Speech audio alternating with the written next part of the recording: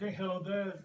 This is Christian down here in Santiago, Chile, doing finally the Metal Tag 2021 put out by Scott, the Rock Scout. Great idea, great questions. So, without further ado, let's go with number one.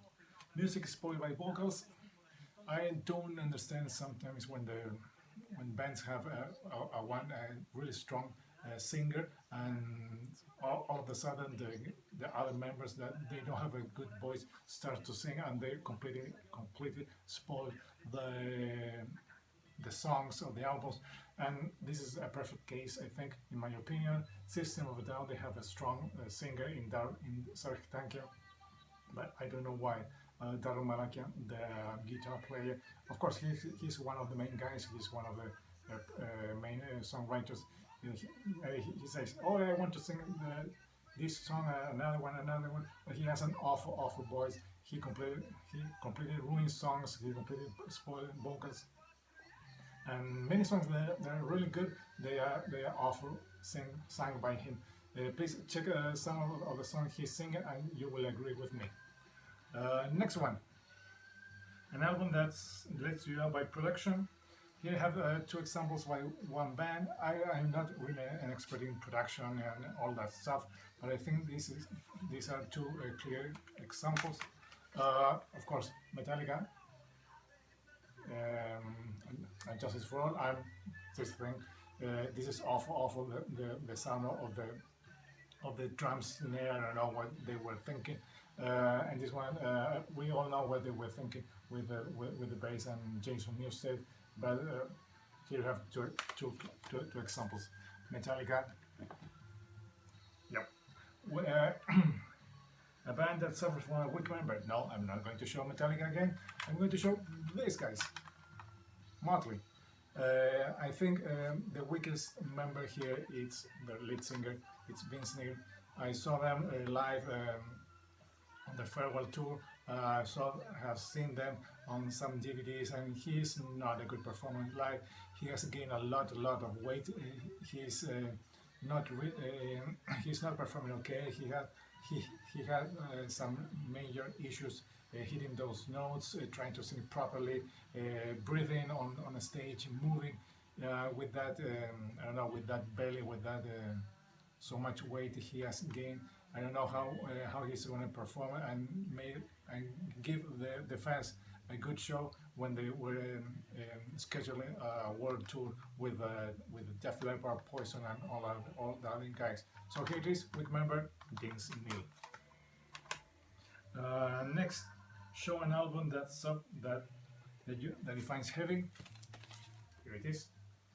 Dio, The Last in Line, Need More to Say. Great album by the late Ronnie James Dio. Show an album recommended you by the community.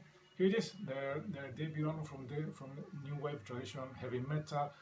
I think they are from Canada, and the band, of course, is Traveler, and sorry about the glare, and their self-titled. They have now put out a second one. It's really good. If you like new wave of traditional heavy metal, good performance by this guy. They are really young. Please check them out. Traveler, highly recommend. Next, show an album that takes your music taste in a different direction. Here I have a couple where I like, as you may know, most of my collection is hard rock, rock, heavy metal, thrash, and stuff like that.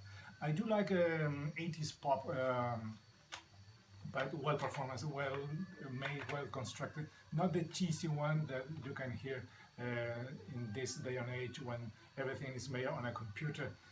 Maybe sometimes in the 80s you had cheesy keyboards and weird hairdos and awful videos, but they made good music. And this is an example. These are Men at Work. Of course, some of you know the Australian band. They put out, I think, three releases. Here you have two of them, two cassettes. This is Cargo, the second one, and Business as Usual. Here it is. So I do like some pop.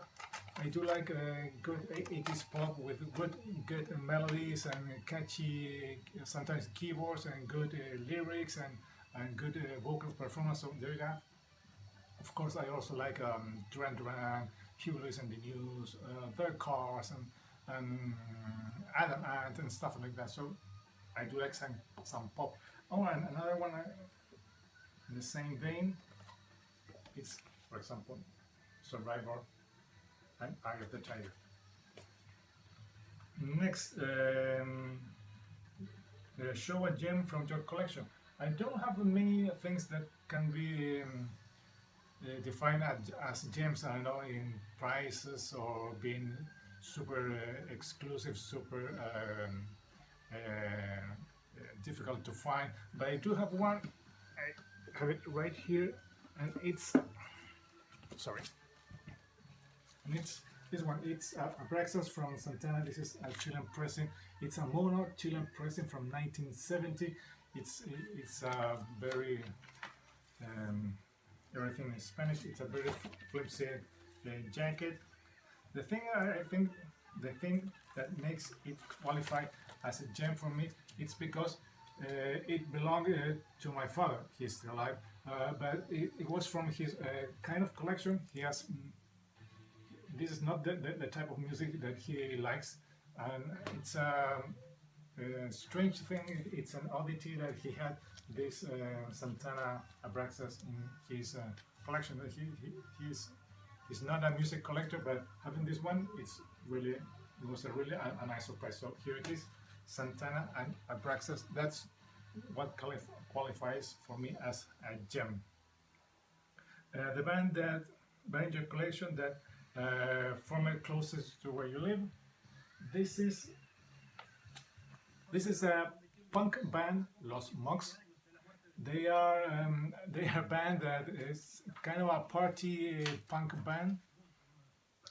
That was our thing. They are still together. The main guy, I'm going to show you this guy. He's a friend of my brother, and they kind of live close where we used to live, and they put this album. They are hardcore punk, party punk, as they qualify it, or drunk punk, because most of the themes of their songs are related to drinking and partying and having a good time. So there it is, Los Mox.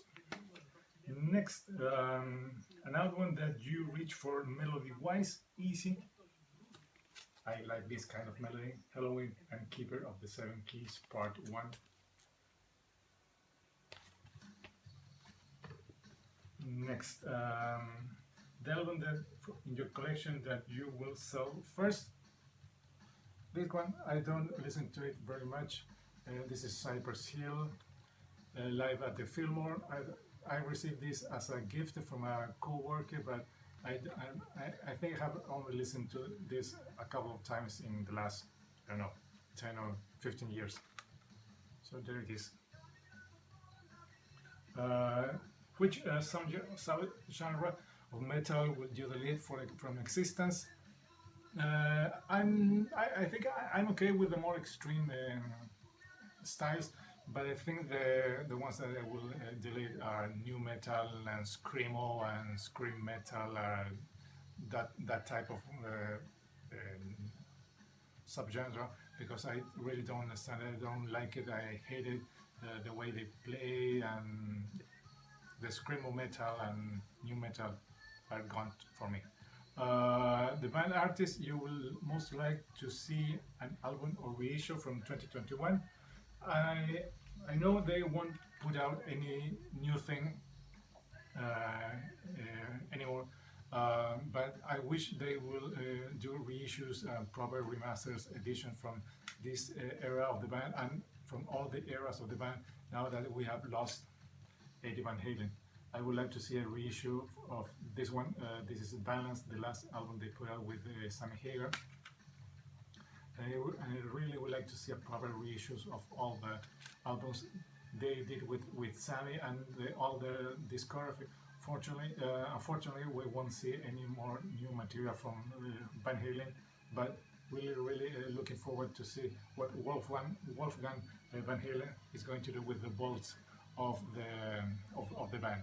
Hope that they can do something good, and we can all appreciate the genius of Eddie Van Halen. Next, which 80s metal act would you like to see a comeback album from? These guys, I know Jason McMaster is right now with the Broken Teeth, his other band, but I think they can put together, if they can put together the band, they can do something really good, and I would like to see something new from Dangerous Toys. So there it is. This call is Glacius Acre and my Chilean cassette from back in the day. There it is, a nice one. Next, show an alternative variation of an album cover. Here have a couple ones that are really weird ones and kind of annoying. I don't know why they did it. It's Maiden. There you have it. Original one, alternative cover from the 1998 reissues. Sorry about the glare again. This is one. Next one. The other reissues of the other alternative cover from the first album Iron Maiden. I don't know why they did this, but it is what it is. Next one, a band that you define metal, easy. Next, show the most metallic cover. Here have a couple of ones. It is. If you want to go metallic, I've shown this one. This is my box set, the 80s archive box set, metallic, and of course here you have a metal heart, really metal. Number 17 album you disliked at first, but now highly regard. When I started to listen to this band, I discovered them in 1982, 83, 84. After Maiden, I discovered them in 82, 83, and later I discovered Priest, and this is an album from 1977. They still have all the 70s influences. They were starting to change their sound. And it wasn't the sound that they was discovering from the Scream for Vengeance or Defenders of the Faith, or even British Steel. So this album, at first I did not understand it, I didn't like it, but now I really enjoy this one. So there it is. Judas Priest and Sin After Sin. And the opposite, an album that you first like, but now disregard. I don't hate this album, but I think this one is too long. It's too much. They can easily trim the album and put it only as a single one. It's the Smashing Pumpkins and Melancholy and Infinite Sadness. I think this is too much. Too many songs. Disc 1 has 15. Disc 2 has 16. I think they're too much. Some songs are really good, but after all, it's a really long album, and you get tired of listening to it. I think all the music from the early 90s, it's kind of, I'm not liking that much. I'm not liking as I used to back in the days. But maybe, who knows, in 10 years I will really enjoy them as much as I did back in the day. Now, a metal band that deserves more recognition. Please, if you have the chance to see them live, because I know they were supposed to be doing their farewell tour, and you have the chance to see them, please go and take them and go to the shows. They are really good. Although they sing in Spanish, they are a really great heavy metal band. They are Barón Rojo from Spain.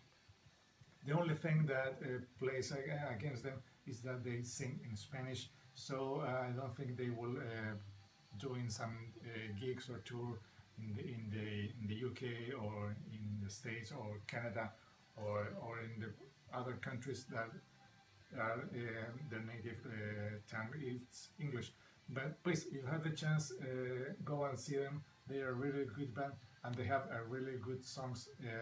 Traditional heavy metal from the 80s, from the early 80s, 1980 to till 1984, 85, 87. 87, they were a great band.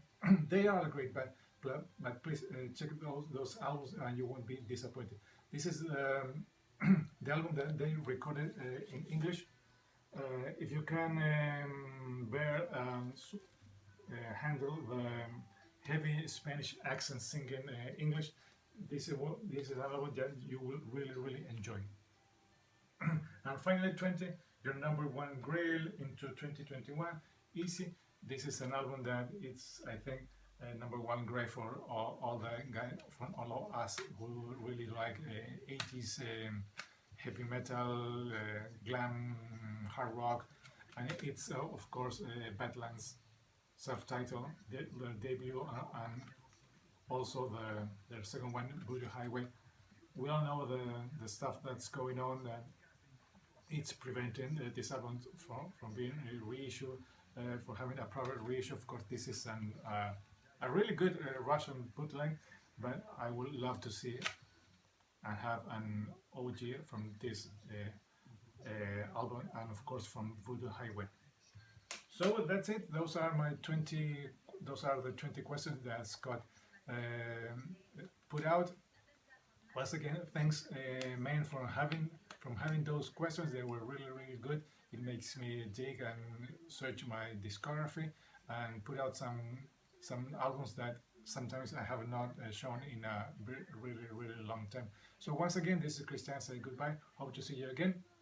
See ya.